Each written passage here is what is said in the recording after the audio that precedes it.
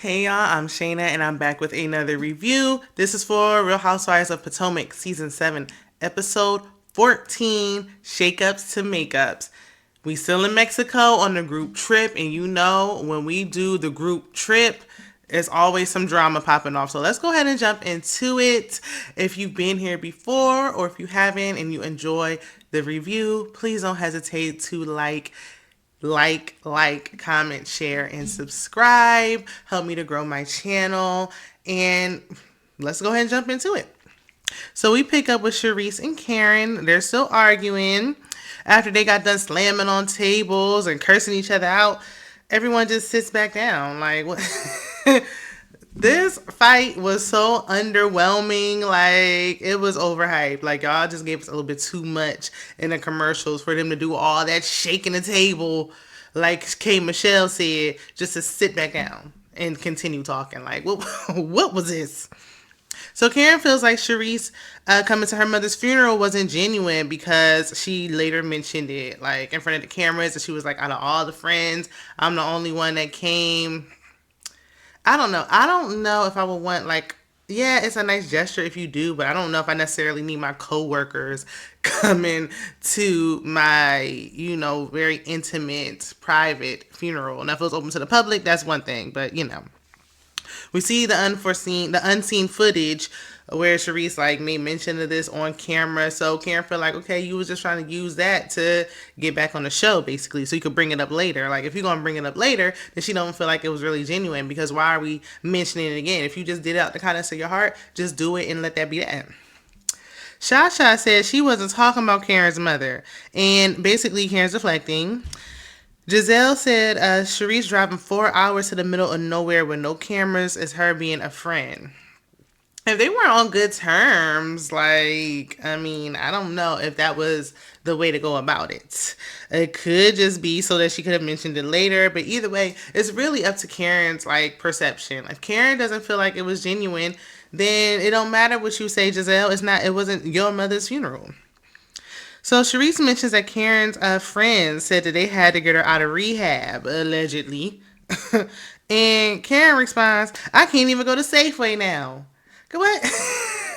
What is going to the supermarket? Even Mia, she was like, well, why are you going to Safeway? Child, even Wendy had to chuckle at that, because what did that have to do with what's going on in Safeway? Something you want to share? I mean, do they sell? Is it because Safeway, sells alcoholic beverages there? Like, please explain. So Charisse brings up Karen's supposed other man, and Karen said, you are so dusty and dated. I will say we are quite tired of hearing about Blue Eyes. If she messing with Blue Eyes and Ray don't care, then neither do we. Candace mentions Jackie and Mia. Seemed like Candace is kind of playing, producer, putting her producer hat on, because she kind of bringing up situations throughout. So she mentions that, but Jackie was like, nah, I don't want to discuss it right now. Like, me and her going to address it later. And they do just that. In the next scene, Jackie and Mia have a one-on-one. And Jackie accused Mia of lying. And Mia said, lying about what? And it reminded me of last season when I forgot what Mia lied about when it came to Giselle, but she was like, no, you said it, you did it. And then we found out later, like, she didn't, and she was like, oh, my bad, like, I thought you said it. Like, girl, what? Sit down. Now, I can't trust nothing to come out of Mia's mouth. Do I think there may be some truth to it? I wouldn't put it past them. I mean, they done sat up here and concocted this whole storyline. But Mia just has a history of lying for absolutely no good reason at all. So we can't trust nothing she says, given the boy who cried wolf for sure. Jackie said, you didn't sleep with Gordon when he was married? She said, I did, and I owned it. Okay, then why did you bring up close your legs and married men? Like, why did you mention keep your legs closed to married men? Like, if that was the case, which we know it's the case because you already said it, why did you bring it up? Like, just to have something, a punchline? I mean, so Mia's like getting upset. She's walking away. Jackie says she's done with her, and I'm done with it. So we see later on Ashley wants to do yoga in the hot sand the next day. It's her birthday, and she wants to do, all this type of stuff. Everybody, aside from Giselle, Mia, and Jackie, which is funny that those three showed up. Ain't nobody else showing up to that. They said, honey, this vacation. They chilling poolside. They in the room. And I would be too. Not only are we doing yoga, I don't want to do no form of exercise or none of that on vacation. Furthermore, you want to do it in the sand, in the heat, in the middle of the day. Child, goodbye. It's your birthday. Enjoy. I want to relax. So Karen and Candace are talking by the pool, and Candace loved the hat. And then Candace said, she can be cordial with Charisse because, Candace was asking her about the Charisse thing. Karen and Charisse, no, Karen and Charisse, Karen and Candace walk over when they think that the yoga's done. They're like, oh, it looks like it's about over, so now we can come. And Charisse just happens to be over there too. And she gonna say she's done with Karen. Child, well, you're a little too late because Karen been done with you. So, I mean, it doesn't matter if you done with her at this point. Like, she been done with you. So, in the Sprinter on the way to the day's excursion, Karen asks Robin about her wedding. Why? Like, Karen will not get her foot off her neck when it comes to these plans. Like, she said, listen, you gonna come clean about this lie. And if that's, I'm gonna get down to the bottom of it if it's the last thing that I do. So, as usual, Robin avoids it and whatever, don't care. Ashley wants to swim in a cenote. I mean, that looks nice and everything, but when they start making mention of mosquitoes, bugs, mud, honey, that ain't my scene. I'm sorry. I am not an outdoor chick. The ladies are also afraid of the mosquitoes, and Karen said they're very hungry. Like, bring out the Benadryl. Like, they tearing them up. Y'all ain't bring no off with you or nothing? I don't know. Y'all in Mexico, the mosquitoes might hit a little different. So afterwards, the ladies have lunch together, and someone asked Candace, I think it was Karen, and she said, they said, why, like, how are you and Ashley doing? Ashley said, she bought Deborah. Oh, Deborah. Girl, I hope this is the last time we hear your name. I know we might hear it on the reunion. I don't want to hear her name ever again after that. Anyway, she said she bought Deborah because she would want to know if a woman was talking to her man. So basically, Candace was saying Ashley's projecting because of the traumatic relationship she was in, and she hopes she finds someone that she can trust, because she don't need to know who Chris is talking to. Like, she trusts her man. She don't got to know every little conversation she having because she knows her husband. Yes, for the gentle, like, gathering of it all. Like, she quickly gathered her up in a nice, nasty way. I wouldn't even say it was nice, nasty. She just let her know. Like, she just kept it all the way real. Honey, that is your life, your situation that you was in. That don't got nothing to do with me and my husband. Stop trying to use us for a storyline. They tried and failed with that whole Deborah thing. As she said, there were some toxic elements to her relationship. The entire relationship. But go on. Ashley apologized, and Candace said every time they are on good terms, Ashley being shady again. Ashley said she's harboring resentment because of, how Candace handled tough times in her life. And I'm glad she's admitting that she's harboring resentment because it's clear. For example, when Candace accused Ashley of lying about having a miscarriage. That was wrong. That was wrong, and Candace should apologize for that. Like, that is not even your place to say that she was lying. Like, that, completely out of line. So Ashley thought that she would apologize for being insensitive now that she's trying to have a baby. Wendy interjects. Mind you, Candace never did apologize, or she did, they cropped it out. But when he interjects and asks them to move on, leave the past in the past, they both said yes, but I don't believe it because Ashley can hold a grudge and she gonna bring it back up when she feel like it. She gonna put it in her back pocket and she gonna mention it later on. So back at the resort, Ashley is telling Charisse, they're like at the bar unmiked, but the cameras are still rolling. So she's telling Charisse she's proud of her for sticking up to Karen. Messy boots. At dinner, Robin says she doesn't want a wedding. We don't care. I promise. Like, Robin can just go ahead and pack her bag and go. Like, I ain't trying to take nobody's check, but honey, you got to come with something else. You got to come with something else. Like, I kind of just want them to actually just get married just so we don't have to talk. Like, because then what are you going to talk about? If she actually gets married, what on earth would she talk about? So Robin said, they're going to Jamaica for her brother-in-law's wedding. So they're going to have a private ceremony, just the four of them, her, Juan, and the kids, the day after the wedding. But she's not got no family there or nothing. If you're going to see your brother-in-law's wedding, I'm assuming that's Juan's family, you don't want his family members to be there in attendance, like at least some of them. I don't know. It's just not happening. Okay, cheapskate. And once again, Karen, like, yeah, you saying that because it ain't gonna happen, but okay, go off. So Mia says she wants to throw her a bachelorette party. Why? I have no idea. For what? Like, just like with that veil, we wasting our time. Giselle brings up Karen and Sharice's debate, their passionate debate, and says Sharice's character was assassinated, and Sharice is the queen of Potomac, aka she's the real Grand Dame. Robin says Karen's behavior is a contradiction of who she portrays to be. I will say it's a tad different from how we were first introduced to Karen, where she was this poised woman of class and this and that. She be dropping F bombs left to right, right to left, like saying all types of stuff, cussing these heifers out, slamming tables. She tried to act like when she was talking to Candace, and Candace was like, "Oh, I saw a bunch of like table slamming," and Karen was like, "Was there? Yes, there was. You know you did it, Karen. Come on now, Grand Dame." So Robin mentions Karen's time of grief. Karen said, "Don't mention my mother." Robin said, I didn't mention your mother. Karen said, "My grief is my mother." Touche. Robin says in her confessional, Karen's deflecting. Two things can be true at the same time. Like when you're talking about her grief, you're talking about the situation that has to do with her mother. So yes, in essence, you are talking about her mother. You're not talking about her mother like oh you yo mama, but it's like it has to do with her mother. So she doesn't want to mention, but she is deflecting. So they both are true. Sharice said before organizing this friend group, she lost 3 brothers. She had already lost her mother.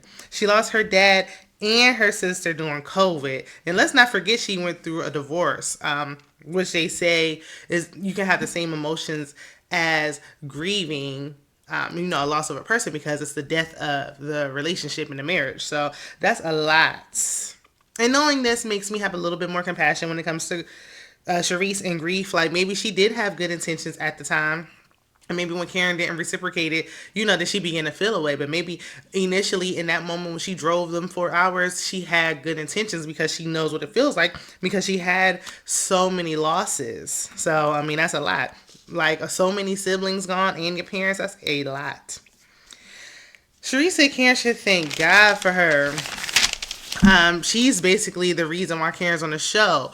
They didn't know each other. And Karen was sitting, it just so happened to be sitting near Sharice, and somebody thought that Karen was Sharice's friend. So that's how she got onto the show. We gonna give credit to Sharice for putting this friend group together. She is the reason the friend group is together. But as far as Karen's concerned, God put her in the right place at the right time. What he got for you is for you. Like it don't matter.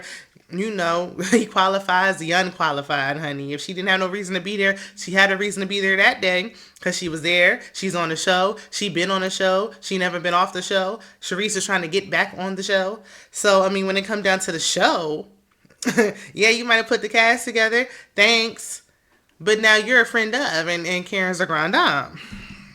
So, I mean, you can be the queen of the friend group and the Potomac social scenes, but when it comes to the show, you're no longer a part of it. And it's just unfortunate, but it is what it is. Like, instead of talking about Karen so much, talk about yourself. Like, talk about what's going on with you. Do you have anything interesting going on that you deserve your spot back on the show? Otherwise, I don't want to hear it.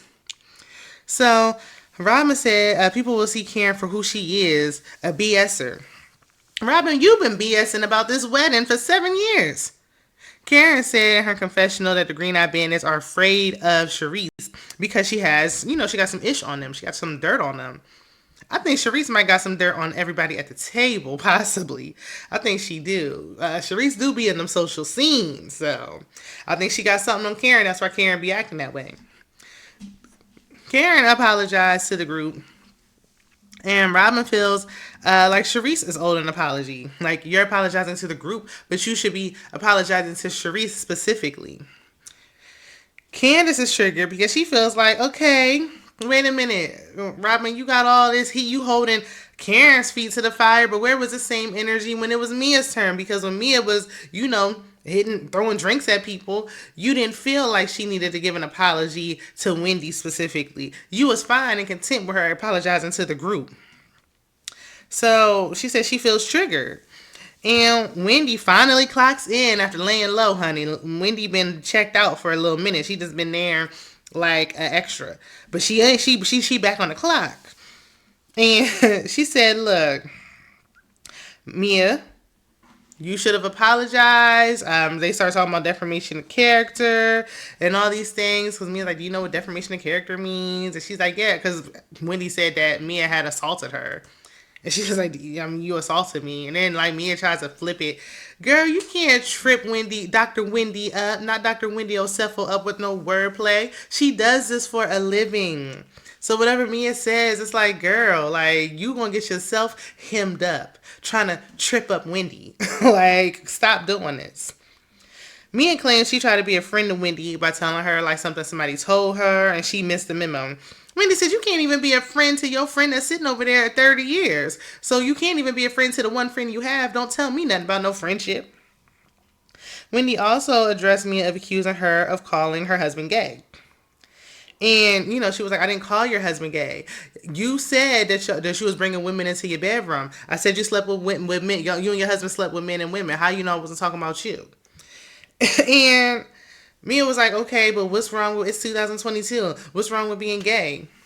Nice try, Mia. Get on out of here, girl. Go on, girl. Go on. Nice try. You tried and failed. Go on over there with Deborah. Go. Because then nobody, come on, it didn't even come across like that. Like, you trying to flip it and turn it into something that's not. Like, you having a Karen moment trying to deflect and twist it up and make it something that it clearly was not. First of all, like, if she said she was sleeping with men and it's like, okay, well, you claim your husband is heterosexual, he's supposed to be a straight man, and then he's sleeping with men, that could be problematic. Like, if I want my man straight, like, there's nothing wrong with being gay, but if you're supposed to be with me and you're supposed to claim to be straight, then I'm expecting for you to be straight. So that could be a problem. That could be an issue. But Mia did not say that. I mean, Wendy did not say that. Wendy wasn't saying that. She said y'all could be swinging, y'all could all be dipping and doing, y'all could all be bisexual, y'all could all be flip-flopping with each other. I mean, who knows? We don't know what's going on. We just know y'all invite others into your bedroom. Because you told us. Had you not said anything, nobody would have known, and then we wouldn't be talking about it. But you said it. So once you put it out there, you can't control what people say about it. Don't be trying to, Because I was listening. There's a few of reviewers I listen to that's in the LGBTQ community, and none of them was on Mia's side. So that confirms for me that, girl, you tried and failed. That's the confirmation I need, because if you trying to say that and gay men are saying, girl, goodbye, that's enough for me. Girl, goodbye. So she was like, they keep going back and forth, Mia getting up, and Wendy was like, girl, you so worried about my life, like, it must suck to be you. I know it must suck to be her right now when you up here getting evicted and whatnot. Yeah, that does suck, especially right around the holidays. Woo child. But when they were arguing, here go Robin, who supposedly made up with Wendy, talking about, yeah, coffee, please. Yeah, extra cream, extra sugar. Girl, don't do that because, don't be doing that because Batman over there, Robin. Don't do it. Don't do it. She show off and Giselle in the room. Now, Giselle wasn't sitting there. She would have just been sitting there like everybody else. But now you acting so unbothered, so uninterested. But we got to act like we interested in you and your fake wedding plans. Girl, goodbye. So, next week we're going to see what we want to see when Karen and Robin get into it. Because Karen kind of had, like, she was trying to act like, oh, girl, I don't really got no... Nah, Karen got something against Robin, and we about to really dig deep into it. Hopefully, I'm not being hoodwinked and tricked by these commercials and all that. The only good part was what we saw in the commercials. Like, I need the whole episode to be good. But I think so far this season has been good. I think the Mexico trip is way better than the Miami trip. So I'm appreciating that already. Especially the fact that they didn't fight over no rooms. For that alone, I'm going to give this episode an A+. And I don't even rate episodes. But I'm going to give it an A just because we have no unnecessary forced drama. So let me know what y'all thinking down in the comments. Be sure to check out my other content, like and subscribe, and I will see you in the next one. Bye.